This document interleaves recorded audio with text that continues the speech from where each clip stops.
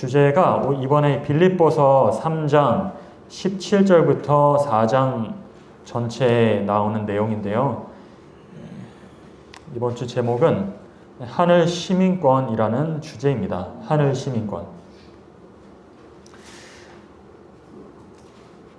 성경 본문을 보다 보니까 이 제목을 너무 잘 붙인 것 같습니다. 하늘 시민권이라는 이 주제가 제목이 너무 알맞은 그런 제목이라는 생각이 들었습니다.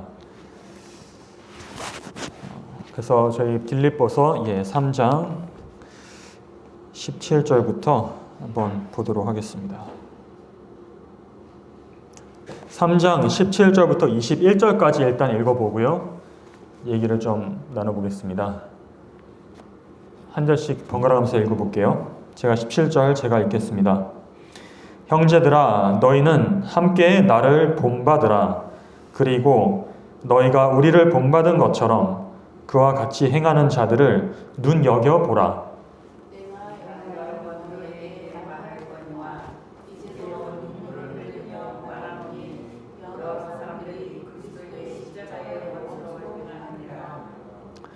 그들의 마침은 멸망이요 그들의 신은 배요 그 영광은 그들의 부끄러움에 있고 땅의 일을 생각하는 자라.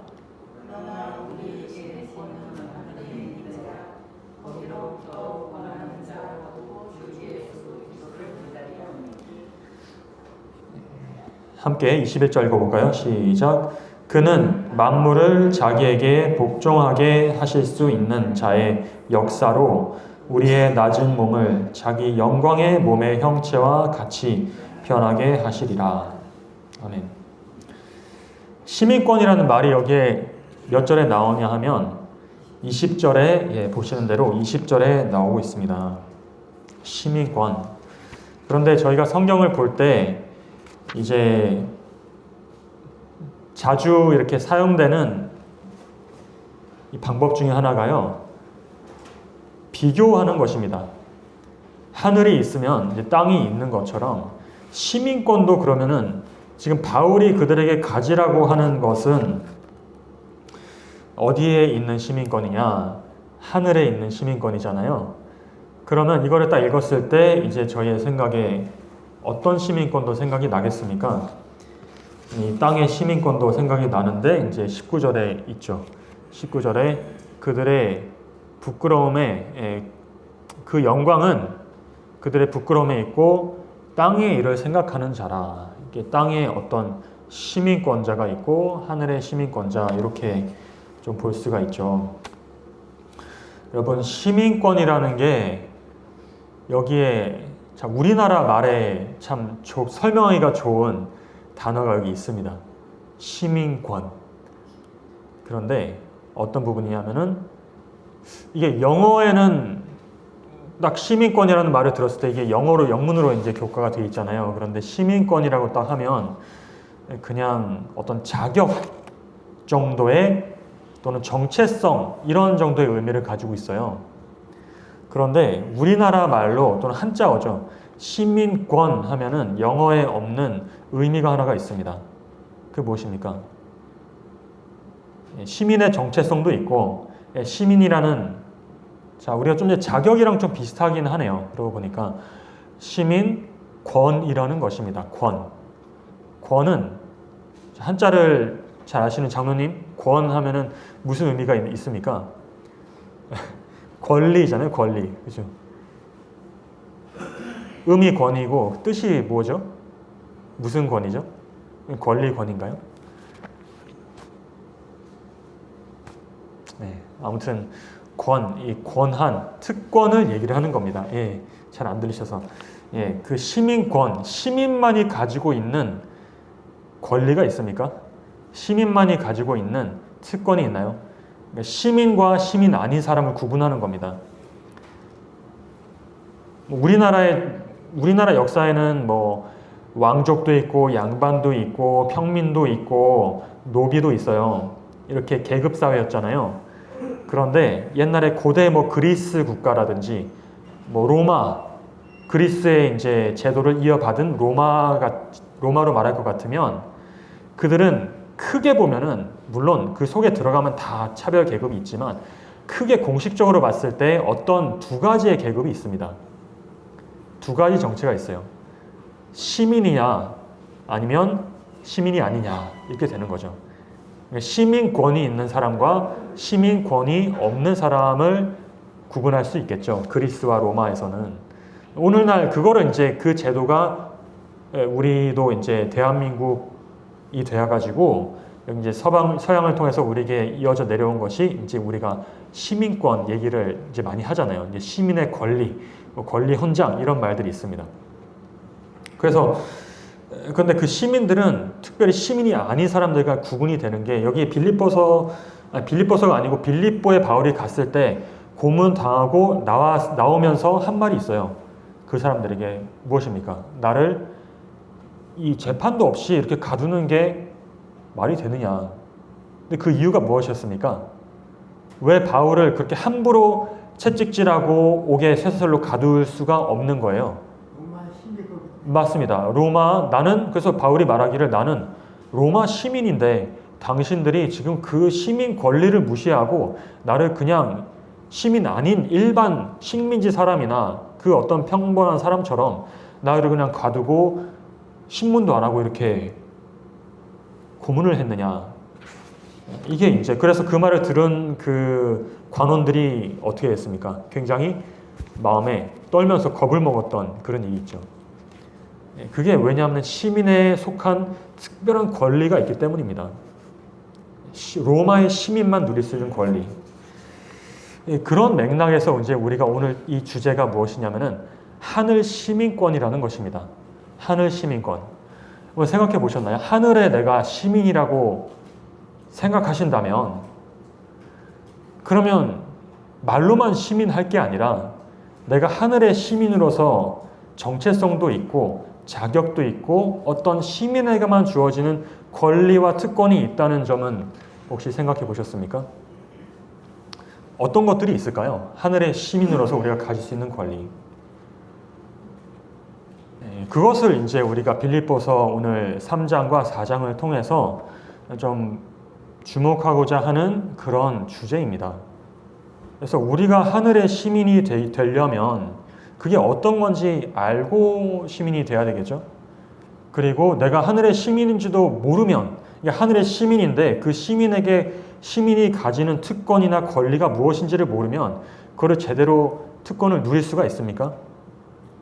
누릴 수가 없어요. 왜 누릴 수 없느냐? 내 특권을, 권리를 행사하지 못하기 때문입니다. 내게 어떤 권리가 있는지도 모르는 사람은 그 권리를 행사할 수가 없죠. 그 모르기 때문에 무엇을 당하냐면은 피해를 당하는 겁니다. 우리가 불필요한 어려움과 고난을 당할 수밖에 없는 것은 이 권리를 아느냐 모르느냐에 따라서 굉장히 큰 차이가 있죠. 지금 우리가 사는 지금 일단 이 시스템은 민주주의 사회라고 하는데요. 국민이 주권을 가진, 권리를 가진 모든 권리는 국민에게서 나온다. 뭐 그런 뜻을 가지고 있어요.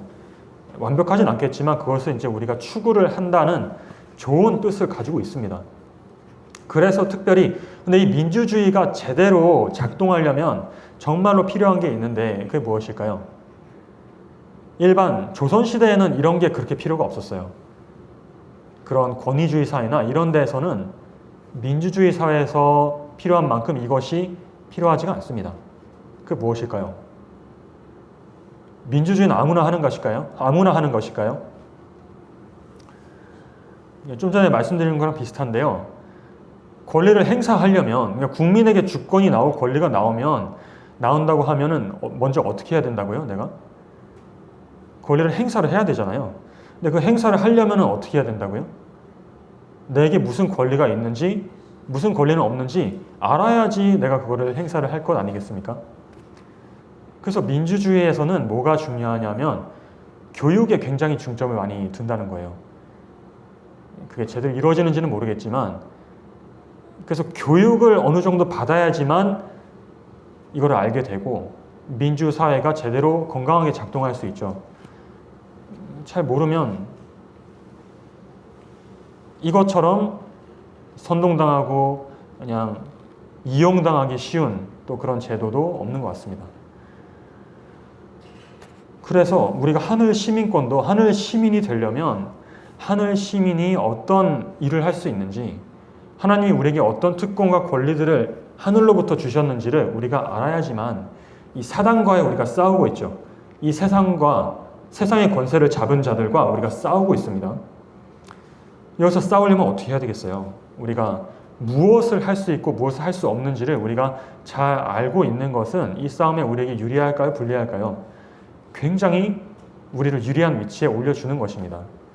근데 이게 바울이 이제 이 빌립보에 있는 교인들에게 다시 한번 가르쳐주고자 하는 그런 내용이에요. 이 하늘의 시민이 가진 특권들을 너희가 무엇이며 그것을 어떻게 행사할 것이고, 그것을 행사하였을 때 너에게 하늘로서 어떤 축복들이, 어떤 능력들이 너에게 주어질 것인지 그것을 알려주고자 하는 것이 이 바울 서신의 이 마지막 부분에 있는 이 강조점입니다. 빌립보에 있는 사람들이 이게 정말 필요할까요? 필요하지 않을까요? 만약에 필요하다면 왜 필요하겠습니까? 이 시점에.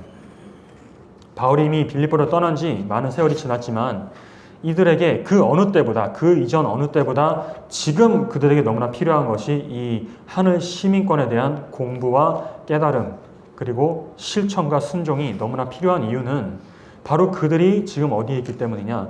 빌립보 한가운데서 이 치열한 싸움을 이 세상과 지금 치러내고 있기 때문에 그들에게 바울이 마지막으로 당부하는 그 말씀들인 것입니다.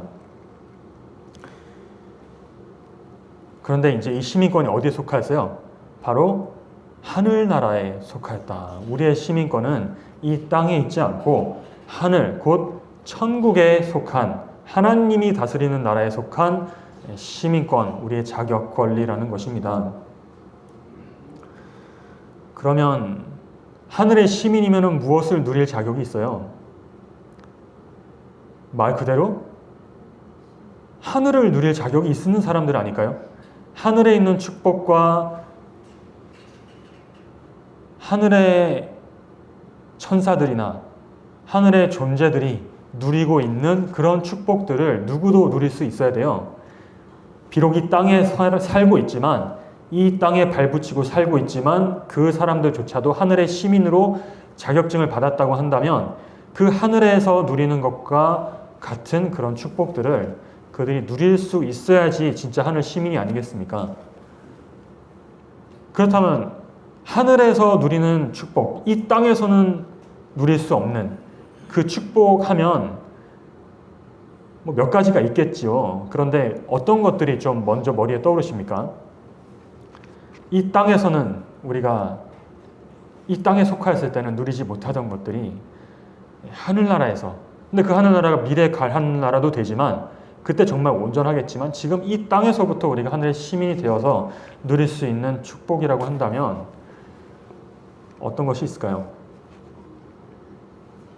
예? 크게 좀 좋은 답을 주신 것 같은데 크게 앞에까지 들리도록 한번. 영생? 예, 영원한 생명. 예, 생명을 누릴 수 있다. 너무 좋은 것 같습니다. 영원한 생명. 이 땅에서는 누릴 수 없죠. 영원한 생명. 그러나 우리가 몸은 죽더라도 이 영원한 생명이 이 땅에서 참여할 수 있겠죠. 자, 그 영생이라는 축복을 안에는 또 무엇들이 우리가 들어있을까요?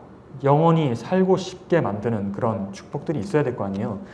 영원히 사는 것도 괴롭고 고난이 있으면 영원히 사는 게 축복입니까? 저주입니까? 형벌이에요? 아니면 상급이에요?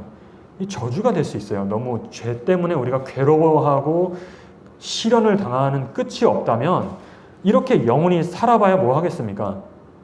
그래서 영원히 살 만큼 좋은 무엇인가 있어야 되겠죠. 천국이라고 하면. 그 무엇이 우리에게 좀 있으면 좋을까요? 뭐를 제일 바라십니까? 예수님과 만날 그 네? 마지막 부분을 잘 못 들어서. 예. 예수님과 대면할 수 있는 특권. 좋습니다. 예, 예수님과 이 땅에 우리가 죄를 있는 그대로는 하나님 예수님을 제대로 만날 수가 있어요? 제대로 만날 수 없습니다. 그게 현실이죠. 우리가 죄를 고집하고 예수님께 드리지 않은 채로, 회개하지 않은 채로 가지고 있으면 예수님 만나주고 싶으셔도 못 만나주셔요. 그 죄가 나와 너희 사이를 내었느니라. 이사야 55장이죠. 그 말씀 그대로입니다. 마음이 청결한 자는 복이 있나니 저희가 하나님 나라를 볼 것이거든요. 하나님을 볼 것이거든요. 그러니까 이 땅에 속한 시민들은 예수님을 볼 수가 없습니다. 하늘에 속한 시민만 예수님을 볼 수가 있죠. 자, 영생을 얻었고 예수님을 볼 수 있고 그 예수님을 봄으로써 자 너무 좋은데 예수님을 본다는 그 경험은 우리에게 어떤 느낌으로 다가오시나요? 예수님을 못 볼 때는 이게 없었는데 예수님을 바라보기 시작하니까 이제 이게 생겼다 하면 이 빈칸에 한번 넣어 보실까요? 네, 예수님을 모를 때는 이게 없었어요. 그런데 예수님을 알고 나니까 이제 내 삶에, 내 마음에 이게 생겼다. 혹시 나의 삶을 돌아보면서 예수님을 만나기 전과 예수님을 만난 후에 나의 마음속에 생긴 변화가 있다면 자, 경험으로 우리가 말해본다면 그게 무엇이겠습니까? 기쁨이 늘 넘친다. 좋습니다. 예. 그전에도 근데 기쁨이 좀 있었을 수는 있잖아요. 이 세상에도 재밌는 게 있고 기쁜 게 이렇게 또 없는 건 아니에요. 진짜 예수님만이 우리에게 주실 수 있는 내가 이거를 너에게 준다라고 하신 말씀이 있거든요. 한번 예? 예, 그거 어디 있습니까? 그 말씀. 이거 한번 꼭 우리가 기억해 두면 좋은 말씀이니까요. 요한복음 14장, 요한복음 14장으로 가보겠습니다. 여기 나왔죠. 평안을 너에게 끼치노니 곧 나의 평안을 너희에게 주노라. 내가 너희에게 주는 것은 세상이 주는 것과 같지 아니하니라. 너희는 마음에 근심하지도 말고 두려워하지도 말라라고 하셨습니다. 이 차이가 어떻습니까? 예수님을 알기 전이랑 예수님을 알고 난 다음이랑 나의 삶 속에 무엇이 찾아올 수 있어요? 평안이 찾아올 수 있는데 이 평안이 어디에서 오는 것이냐면 세상에 속한 것이 아니라라는 말씀이 있죠. 여기 세상이 주는 것과 같지 않은 평안, 이게 무엇입니까 도대체? 하늘에서 내려오는 평안이다라고 말씀하거든요. 근데 이거를 경험하고 느낀 사람은 분명히 알 수가 있습니다. 하늘에서 오는 평안이 어떤 것인지. 왜냐하면은 거기에 아무리 우리가 세상에서 잘 나가고 평안할 때도 항상 무엇이 있냐 하면 근심과 이 두려움은 잊어버릴 것 같으면은 다시 찾아오는 것 아니에요. 근심과 걱정과 불안함은 이 세상에서는 완벽하게 사라지는 순간이 저는 단 한순간도 없다라고 생각하는데 어떠십니까? 그러면 이 세상에서 주는 평안은 평안의 느낌은 있지만 온전한 평안입니까 그게? 아니라는 거예요. 왜냐하면 우리가 염려를 아직도 가지고 있는 상태에서는 하늘의 평안을 우리가 가졌다고는 말할 수가 없는 것입니다. 하다못해 정말 내가 다른 건 다 잘 돼도 죽게 되었다고 생각해 보세요. 모든 사람이 그 길을 간다고 하면 거기에 정말 살 만큼 살았어 하는 분들도 그렇죠. 사실 정말 그 진심일까요? 제가 잘은 모르지만 거짓말이라고 하기엔 좀 그렇지만 정말 그게 정말 일말의 어떤 두려움이나 불안도 없는 그런 마음에서 나오는 말인지 아니면 애써 나 자신을 위로하는 말인지 그건 모르겠습니다. 아무튼 이 세상에서는 우리가 그 무엇은 항상 두려움과 불안이 있다는 것이죠. 그러니까 그 두려움과 불안이 조금 1%라도 남아있다면 0.01%라도 남아있다면 내가 살고 있는 지금 이곳이 정말 천국이라고 할 수 있을까? 하늘나라일까 이게?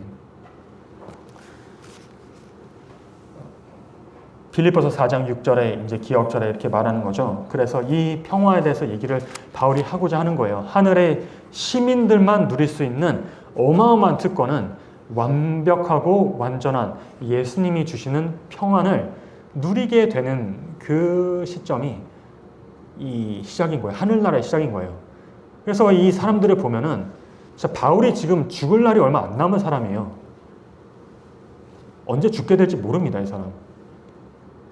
그런데 마음은 어떻습니까? 바울의 마음은 두려움과 불안이 조금이라도 없는 평안. 이 바울의 지금 이 삶이 감옥에 있는데 그 평안이 그의 삶의 마음에 가득하다고 한다면, 그것을 표현한 그 내용이 고백이 바로 빌립보서 3장과 이 3장의 또 4장의 내용이라고, 4장의 내용이라고 한다면, 이거 정말 큰 선물, 우리가 꼭 가지고 싶은 그런 선물이 아닐까요? 우리의 마음에 하늘나라를 얻을 수 있는 어마어마한 기회가 있는 것입니다. 이 평안. 그래서 4장 6절에 바울이 그들에게 다시 당부하는 그 말씀이 뭐라고 하고 있어요? 함께 읽어보겠습니다. 시작. 아무것도 염려하지 말고 다만 모든 일에 기도와 간구로 너희 구할 것을 감사함으로 하나님께 아뢰라 라는 이 당부를 바울이 지금 하고 있는 것입니다. 자기도 쇠사슬에 묶여 있는데, 자기도 죽을 날이 얼마 남지 않았는데, 그런 사람의 입에서 나오는 거는 이 땅에 속한 말들이 아니에요. 어디에 속한 말들이냐? 바로 하늘을 보고 듣고 경험했을 뿐만 아니라 지금 이 상황 속에서도 계속해서 경험하고 있는 사람의 입에서 나오는 것이죠. 아무것도 염려하지 말고, 아무것도 염려하지 말고. 이게 저기 궁전에서 어떤 저택 안에서 삼시세끼 잘 먹고 편안하게 이 종들 노예들 거느리면서 아무 일도 하고 있지 않는, 아무 걱정이 없는 그런 사람의 입에서 나왔다면 우리에게 힘이 좀 없을지 몰라요, 그 말의 내용이. 그런데 어떤 사람의 입에서 나온 것이냐? 그런 모든 것들이 다 빼앗긴 사람, 아무것도 더 이상 이 세상에 남아있지 않고 친구들도 떠나가기 시작하는, 배신한 당하는 그런 쓰라린 경험을 하는 사람의 입에서 나오는 이 마음의 고백인 것입니다. 이게 거짓말일까요? 꾸며내는 것일까요? 아니면 이게 진심으로 이 사람이 지금 하고 있는 말일까요? 물론 우리가 그 사람의 마음은 알 수 없지만 바울은 한결같다는 것입니다.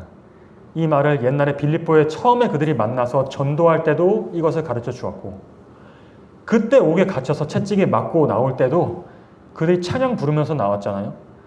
그런데 세월이 흘러서 수십 년이 지나서 지금 이제 로마의 감옥에 갇혀 있을 때도 그 수십 년 전이나 지금의 바울이나 변한 게 있습니까? 그런 면에서 없습니까?